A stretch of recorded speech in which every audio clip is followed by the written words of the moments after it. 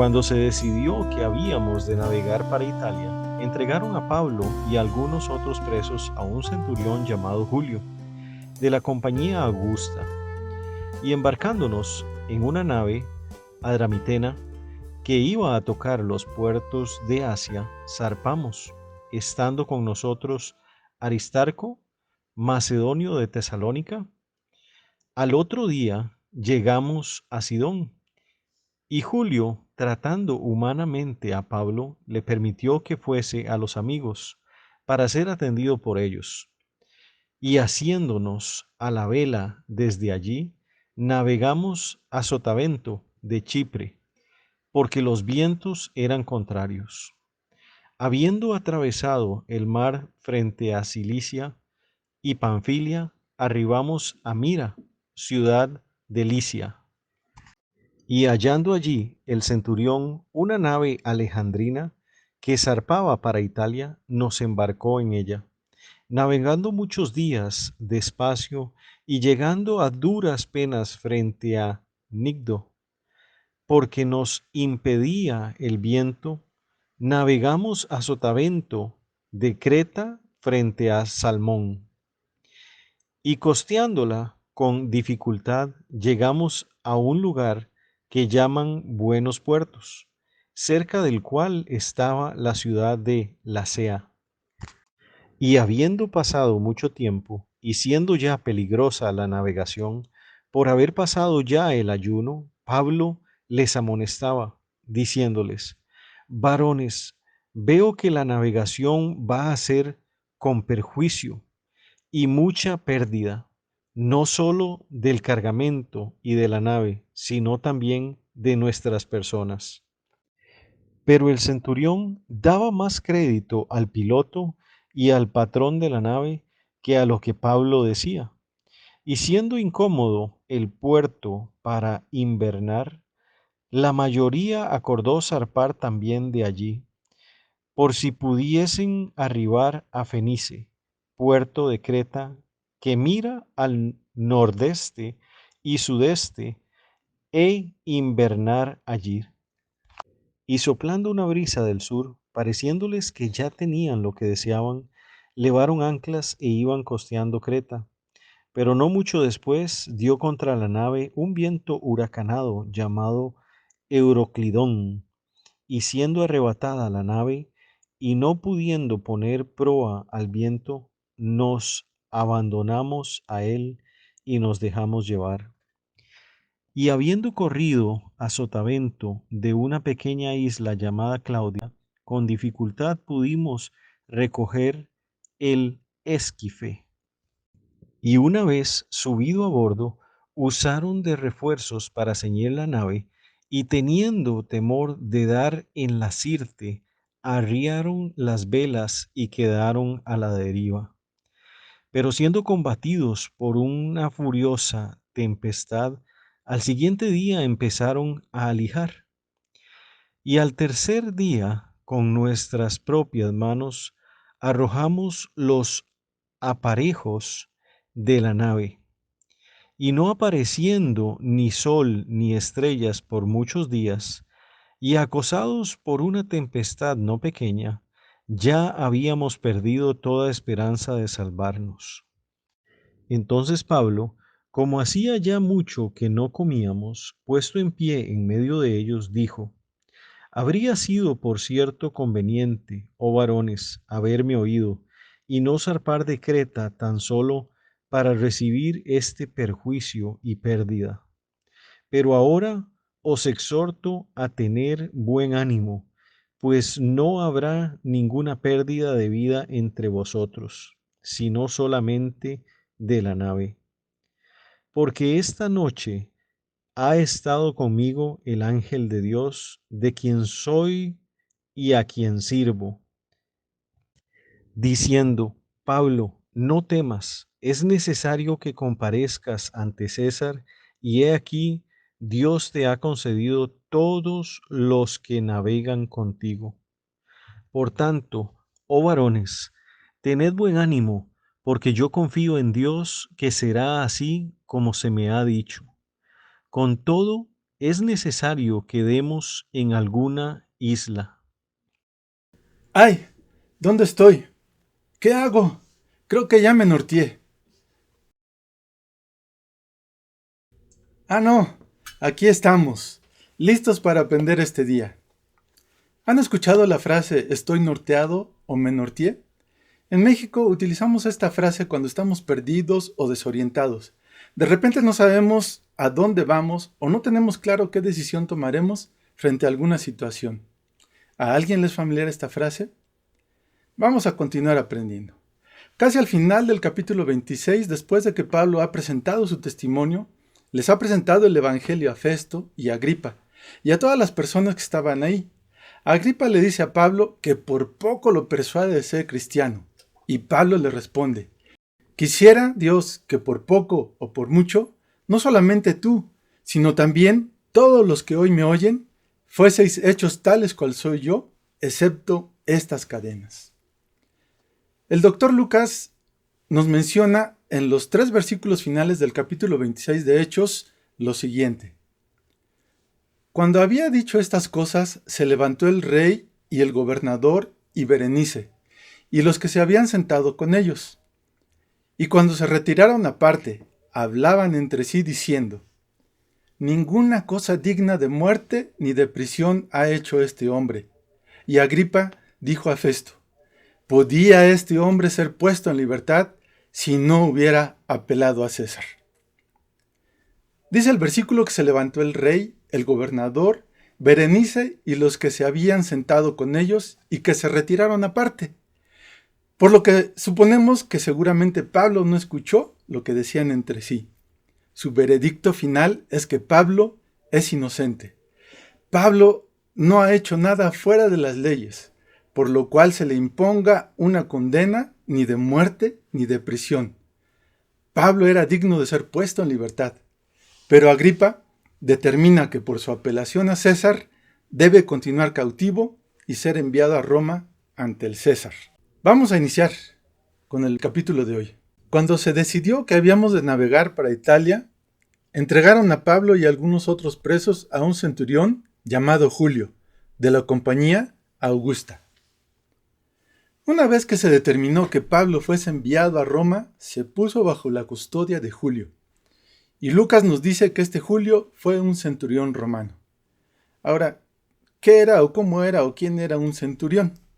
En el ejército romano, un centurión era un capitán que tenía bajo su mando a 100 soldados, y de ahí su nombre, centurión.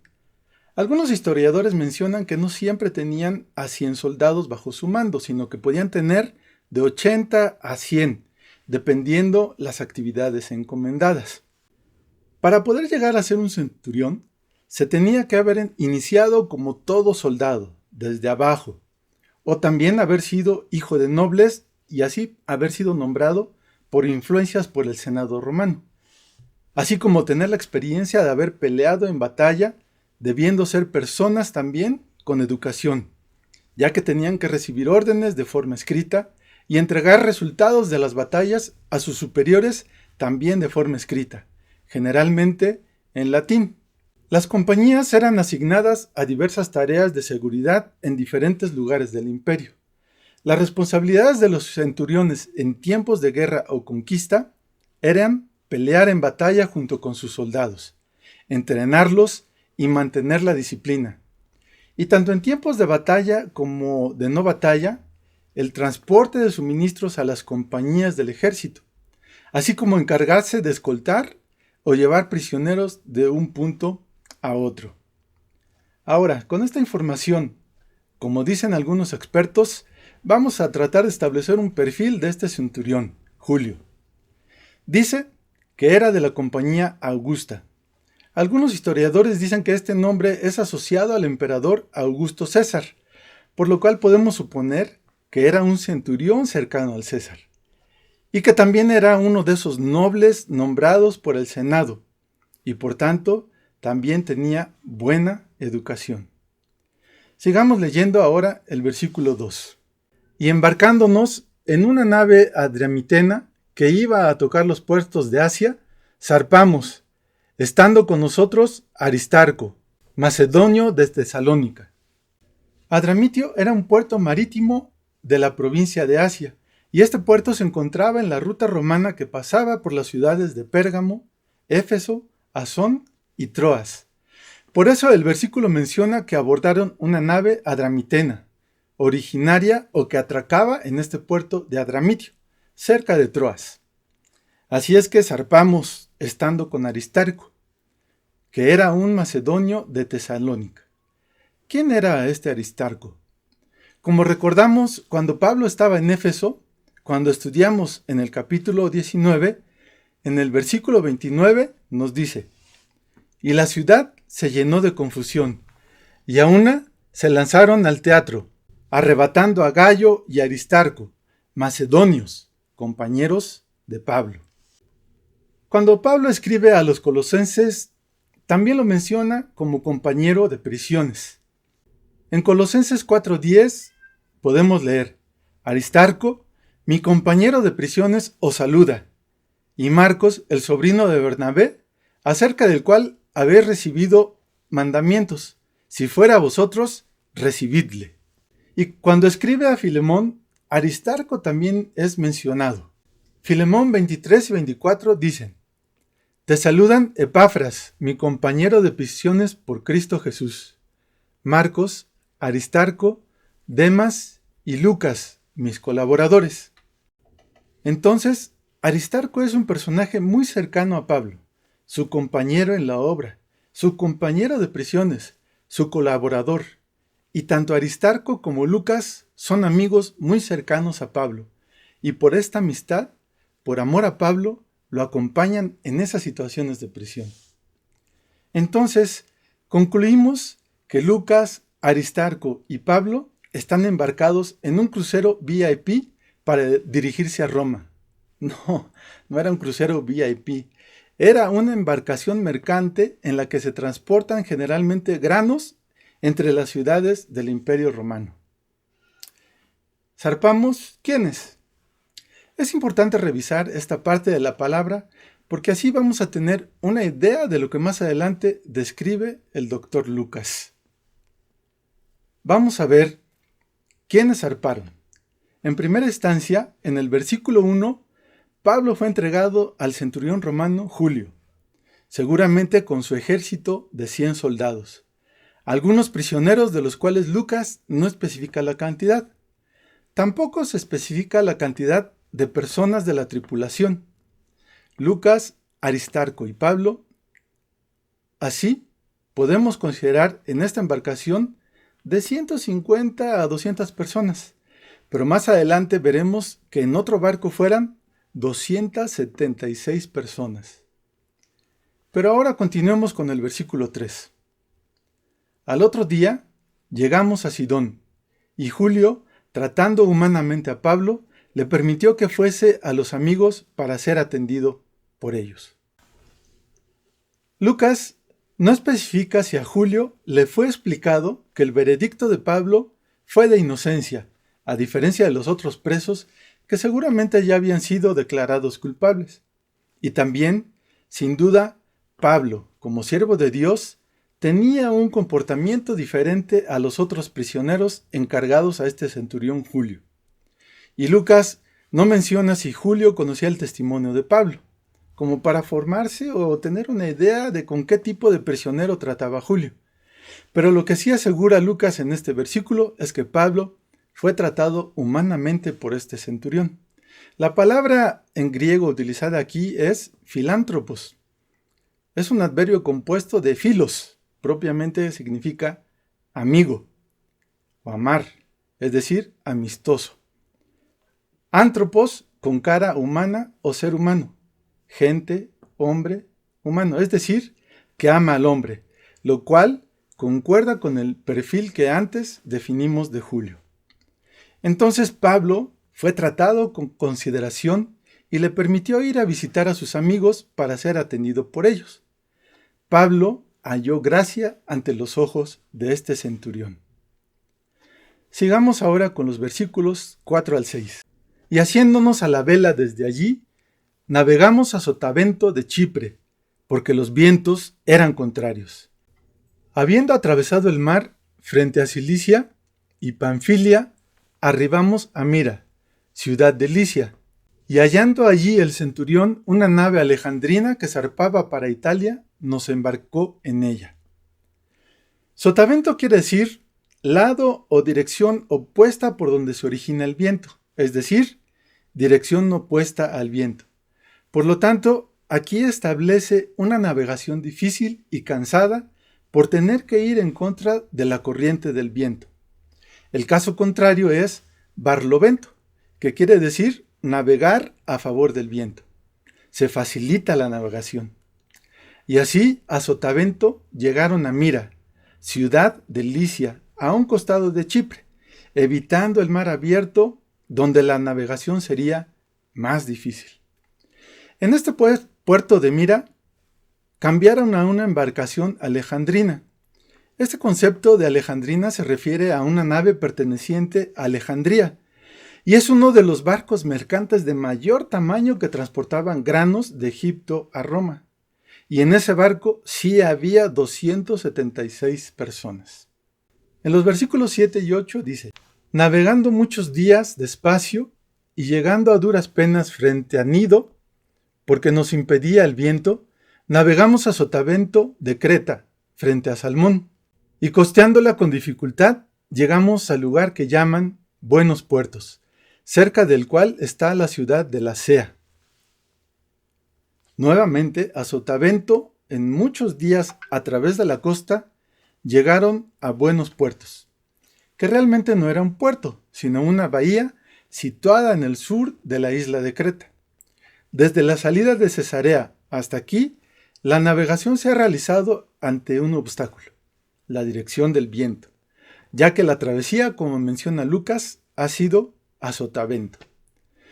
Los versículos 9 y 10 dicen: y habiendo pasado mucho tiempo, y siendo ya peligrosa la navegación por haber pasado ya el ayuno, Pablo les amonestaba, diciéndoles: varones, veo que la navegación va a ser con perjuicio y mucha pérdida, no solo del cargamento y de la nave, sino también de nuestras personas.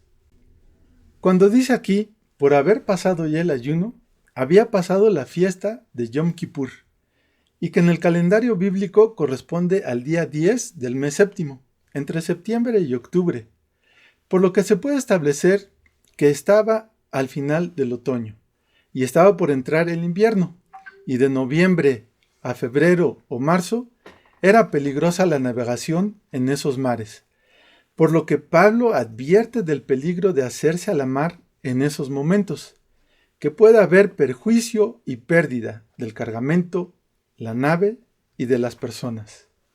Pablo hace esta advertencia, consejo o llamada de atención por su experiencia.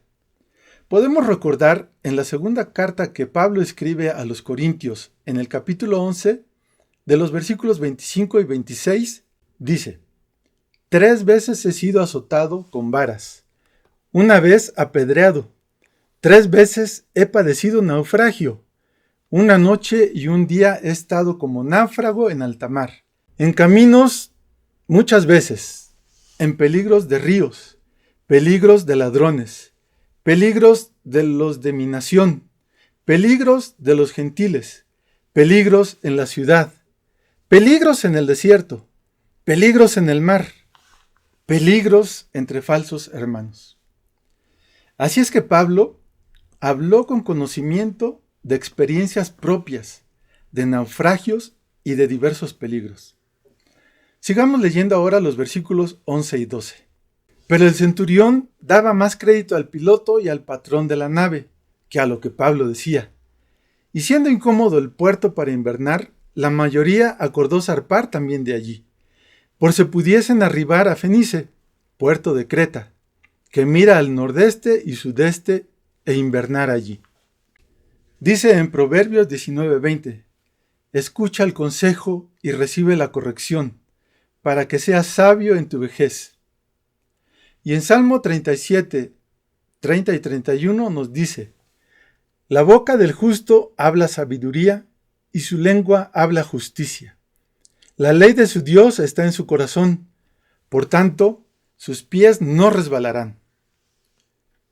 Aquí vemos que Julio no tomó en consideración las palabras de Pablo, por lo que a pesar de las advertencias, dio más crédito al piloto y al patrón de la nave. Y de cierta forma es comprensible, pues se supone que eran los expertos en la navegación, además de que la mayoría tampoco querían estar ahí, por la incomodidad de pasar el invierno en esta bahía, buenos puertos. Así es que decidieron salir al mar nuevamente con la intención de llegar más al norte, a Fenice, para pasar ahí el invierno. Algo que ocurre generalmente a cualquier edad, pero más cuando se es joven, es que queremos hacer lo que hacen los demás, los que van con la corriente de este mundo, y aquellos que se dicen expertos en filosofías, que muchas veces son contrarias a la palabra de Dios. ¿Cómo van estas personas? Van a sotavento de la palabra de Dios. Y es ante estas situaciones en las que hay que decidir qué sí se puede hacer y qué no, de acuerdo a lo que dice la palabra de Dios. Y muchas veces no hacemos caso del consejo de nuestros padres, pero hacemos caso de lo que dicen los demás, hasta que ocurre algo malo. Cuando ya es demasiado tarde y después vienen las palabras, te lo dije. Bueno, pero vamos a ver qué pasó con el viaje de Pablo.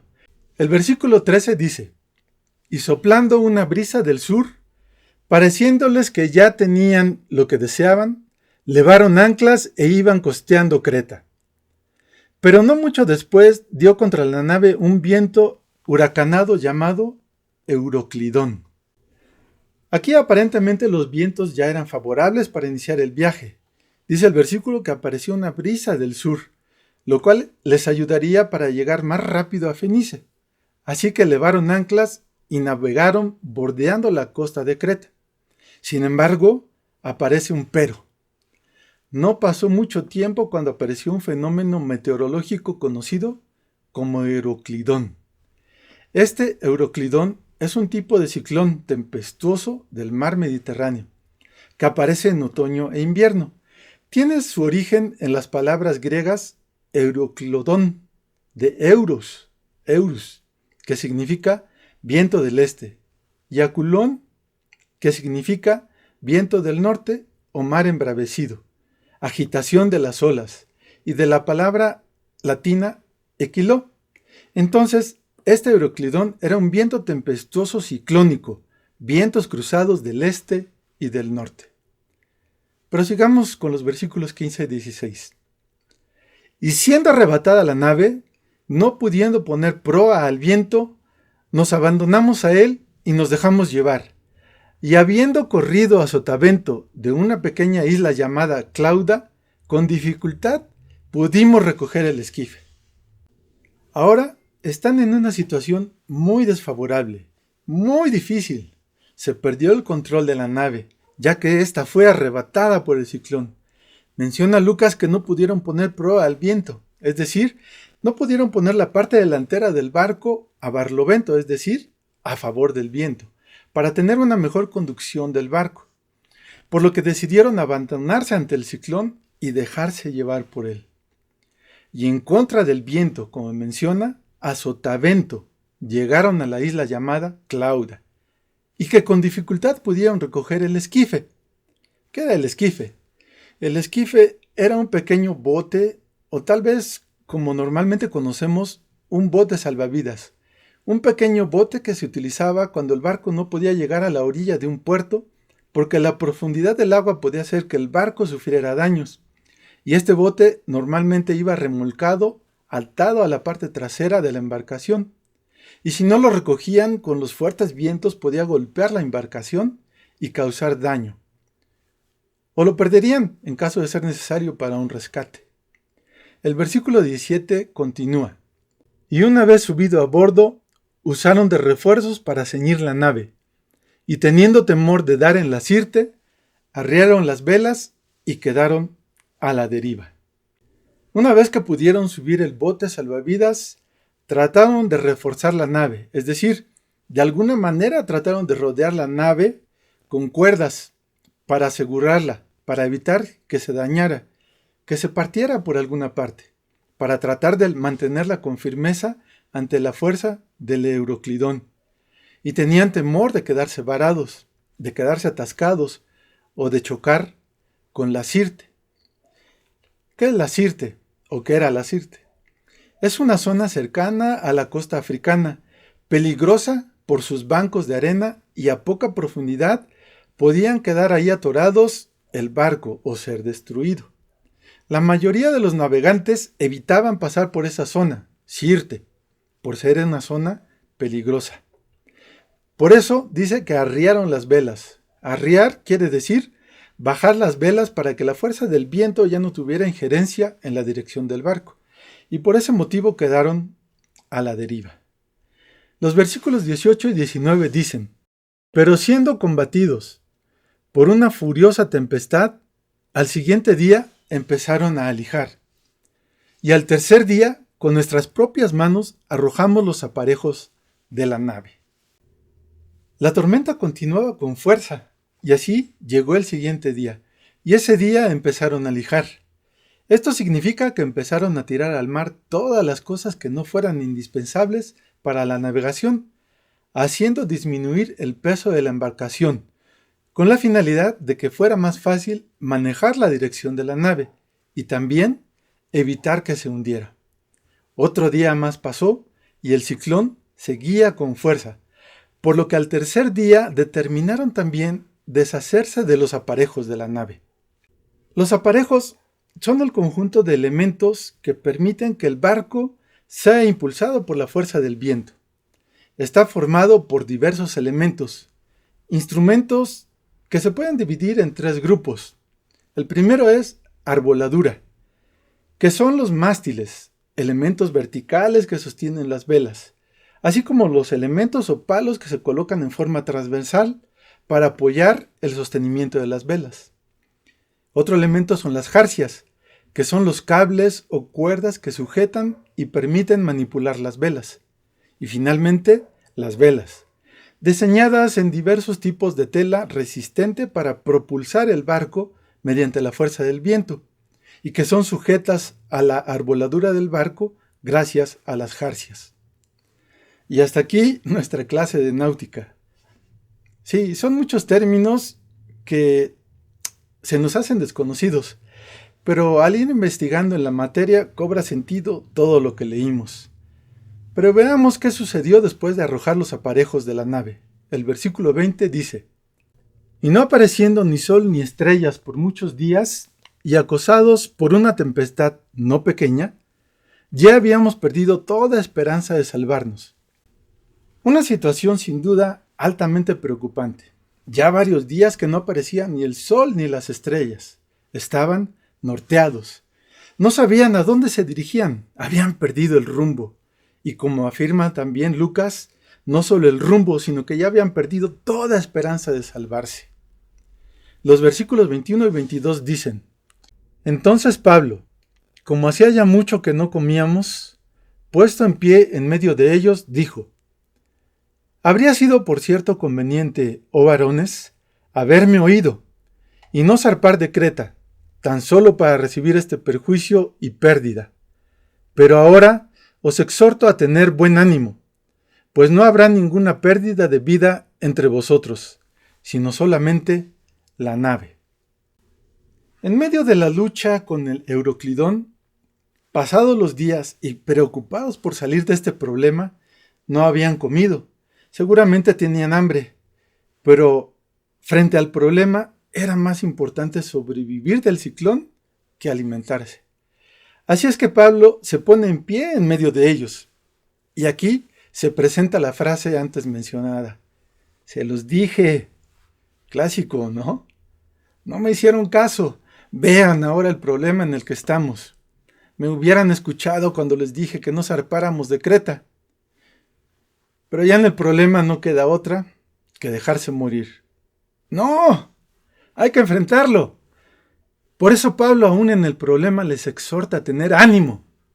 Si te gusta decir, te lo dije, espero que también como a Pablo tenga las palabras de ánimo para levantar al caído. Nuevamente, Pablo, de acuerdo a su propia experiencia, habla conforme a lo que le dijo nuestro Dios. En Hechos 23:11 recordamos su misión. A la noche siguiente se le presentó el Señor y le dijo: «Ten ánimo, Pablo, pues como has testificado de mí en Jerusalén, así es necesario que justifiques también en Roma». El mismo Señor le dice: «Ten ánimo». Y Pablo se toma en serio estas palabras y lo pone de manifiesto. Lo lleva a la práctica, como vimos cuando está ante el gobernador Félix en Hechos 24:10. Habiéndole hecho señal el gobernador a Pablo para que hablase, éste respondió: «Porque sé que desde hace muchos años eres juez de esta nación, con buen ánimo haré mi defensa». Con ánimo presentó su defensa. Ahora, en esta ocasión, ante esta situación desesperante, Pablo exhorta a todos a tener buen ánimo, pues nadie perderá la vida. Y lo dice por lo que vamos a leer a continuación, en los versículos 23 y 24. «Porque esta noche ha estado conmigo el ángel de Dios, de quien soy y a quien sirvo, diciendo: Pablo, no temas, es necesario que comparezcas ante César, y he aquí, Dios te ha concedido todos los que navegan contigo». Pablo presenta sus razones para estas palabras de ánimo a todos.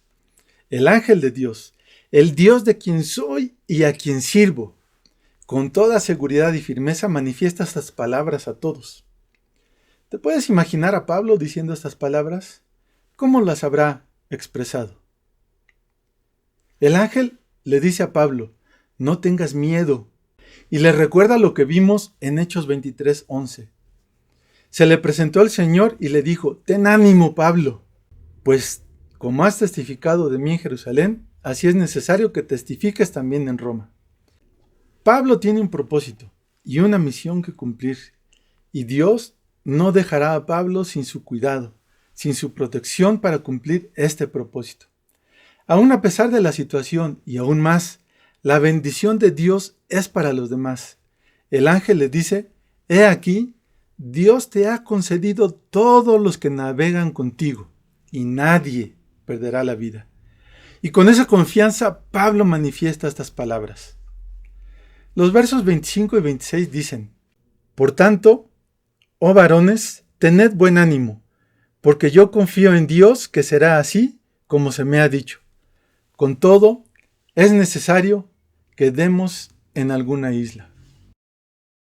La seguridad y confianza con la que Pablo transmite estas palabras seguramente influyó en el ánimo de todos. Y a pesar de todo esto que están pasando, deben continuar. El camino debe seguir. Les dice: es necesario que demos en alguna isla. ¿Cómo está nuestra confianza? O mejor dicho, ¿cómo está tu confianza en Dios? Estamos en este mundo con una tarea, con una finalidad. Desde que voluntariamente aceptamos estar en pacto con nuestro Dios, el mismo Dios de Jacob, de Abraham, de Isaac, sabemos que este mundo está lleno de vientos, tempestades, huracanes, euroclidones, sirtes. Sin duda, como Pablo estaba en el camino para cumplir un propósito, nosotros también, desde nuestro nuevo nacimiento, tenemos como propósito recorrer el camino para llegar a la unidad de la fe y del conocimiento del Hijo de Dios, a un varón perfecto, a la medida de la estatura de la plenitud de Cristo. Y debemos recorrer este camino en este mundo. Nuestro Mesías dijo en Juan 16:33, «Estas cosas os he hablado para que en mí tengáis paz. En el mundo tendréis aflicción, pero confiad, yo he vencido al mundo». Pablo tiene esa confianza y lo manifiesta con toda firmeza cuando les dice: «Yo confío en Dios que será así como se me ha dicho». ¿Cómo está dirigida nuestra vida? ¿A sotavento o a barlovento? ¿Vamos con las corrientes de este mundo o vamos en contra de las corrientes de este mundo? ¿Cuáles han sido tus vientos contrarios, tus tempestades, tus huracanes, tus sirtes? Si es que se te han presentado, y si aún no se te han presentado, leímos, en este mundo tendremos aflicciones. Y entonces, ¿cómo hemos enfrentado o cómo las vamos a enfrentar? En algún momento hemos estado en oscuridad, sin la luz, ni sol, ni estrellas por muchos días. ¿Te has sentido norteado, sin saber a dónde dirigirte, en un problema que consideras que no tiene salida y que ya quieres ver la luz y quieres salir de ese problema, de ese Euroclidón? Generalmente los vientos contrarios, tempestades, huracanes o sirtes son problemas que se presentan por tomar decisiones incorrectas. Decisiones que no son de acuerdo a la voluntad de Dios. Decisiones incorrectas por no escuchar el consejo sabio de la palabra de Dios. O de quien ha tenido experiencias de vida que nos pueden ayudar de acuerdo al camino correcto. Decisiones incorrectas por escuchar a los demás, a otras personas que aparentemente tienen conocimientos sobre un determinado tema, que son expertos. Nosotros tenemos la palabra verdadera, la palabra de nuestro Dios. Dice en Juan, el capítulo 17, versículos 14 al 16, yo les he dado tu palabra, y el mundo los aborreció, porque no son del mundo, como tampoco yo soy del mundo. No ruego que los quites del mundo, sino que los guardes del mal. No son del mundo, como tampoco yo soy del mundo. Efectivamente, no podemos apartarnos de este mundo, de las corrientes contrarias a lo que sabemos que nos dice la palabra verdadera. Para terminar, vamos a ver una situación similar en aquella ocasión, después de que nuestro Mesías hiciera el milagro de alimentar a 5,000 hombres que acudieron a escuchar su enseñanza. Y este pasaje lo encontramos en Mateo 14, de los versículos 22 al 31, que nos dice: enseguida Jesús hizo a sus discípulos entrar en la barca e ir delante de él a la otra ribera, entre tanto que él despedía a la multitud. Despedida la multitud, subió al monte a orar aparte, y cuando llegó la noche, estaba allí solo. Y ya la barca estaba en medio del mar, azotada por las olas, porque el viento era contrario. Mas a la cuarta vigilia de la noche, Jesús vino a ellos andando sobre el mar. Y los discípulos, viéndole andar sobre el mar, se turbaron diciendo: ¡un fantasma! Y dieron voces de miedo. Pero enseguida Jesús les habló diciendo: tened ánimo, yo soy, no temáis. Entonces le respondió Pedro y le dijo: Señor, si eres tú, manda que yo vaya a ti sobre las aguas. Y él le dijo: ven. Y descendiendo Pedro de la barca, andaba sobre las aguas para ir a Jesús, pero al ver el fuerte viento tuvo miedo, y comenzando a hundirse dio voces diciendo: Señor, ¡sálvame! Al momento, Jesús, extendiendo la mano, asió de él y le dijo: hombre de poca fe, ¿por qué dudaste? Aquí también había olas por viento contrario, y Yeshua les dice: tened ánimo, yo soy, no temáis. En contraste con Pedro, que dudó al ver el fuerte viento, Pablo dijo: tened buen ánimo, porque yo confío en Dios, que será así como se me ha dicho. El Señor, en medio del Euroclidón, extendió su mano a Pablo y le dio protección para cumplir su propósito. Entonces, regresemos a la pregunta: ¿cómo está nuestra confianza en Dios? Y después de analizarnos en la intimidad con nuestro Señor, sigamos recorriendo el camino para cumplir nuestro propósito. Nuestro Mesías dijo: tened ánimo, yo soy, no temáis. Y como Pablo dijo, nosotros también podamos decir: yo confío en Dios, que será así como se me ha dicho. Hermanos, vamos a terminar con esta oración. Padre amado que estás en el cielo, queremos agradecerte por tu palabra, porque podemos estar seguros y podemos ver que en cualquier situación en la que por alguna decisión que hayamos tomado de forma incorrecta en contra de tu palabra, con vientos contrarios a lo que nos dices en tu enseñanza, en la escritura que tú nos has dejado. Y muchas veces queremos ir a favor de la corriente de este mundo.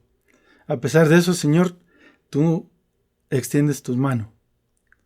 Y queremos, Señor, como Pablo, decir que confiamos en ti, que tenemos esa seguridad para seguir adelante. Y sabemos que tú estarás ahí para darnos ánimo.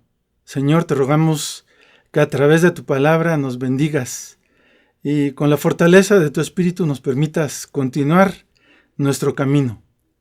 Bendícenos pues, bendice a tu pueblo, a todos aquellos que nos ven y nos escuchan en cualquier parte del mundo.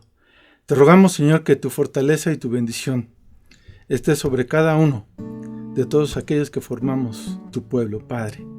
Bendícenos pues y cuídanos en todo momento.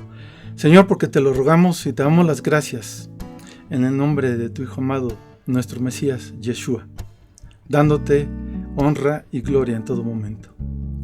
En su nombre lo rogamos. Amén. Hermanos, donde quiera que estén, donde quiera que nos escuchan, que el Señor les bendiga.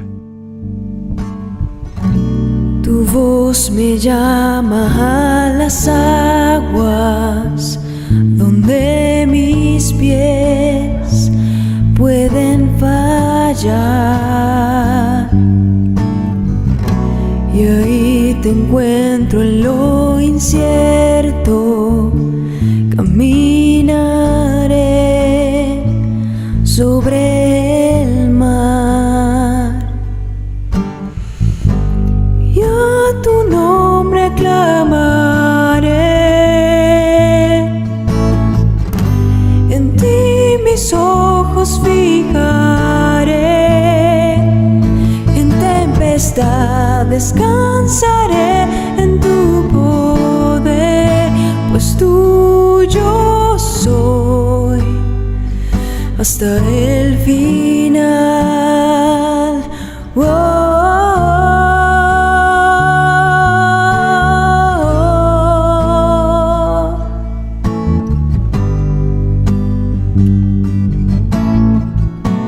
Tu gracia abunda en la tormenta, tu mano, Dios, me guiará. Cuando hay temor en mi camino, tú eres fiel y no cambiarás. A tu nombre clamaré, En ti mis ojos fijaré, en tempestad descansaré en tu poder, pues tuyo soy hasta el final. Tu espíritu me guía sin fronteras, más allá de las barreras, a donde tú me llames. Tú me llevas más allá de lo soñado, donde puedo estar confiado al estar en tu presencia. Tu espíritu me guía sin fronteras, más allá de las barreras, A donde tú me llames. Tú me llevas más allá de lo soñado, donde puedo estar confiado al estar en tu presencia. Que tu espíritu me guíe sin fronteras, más allá de las barreras,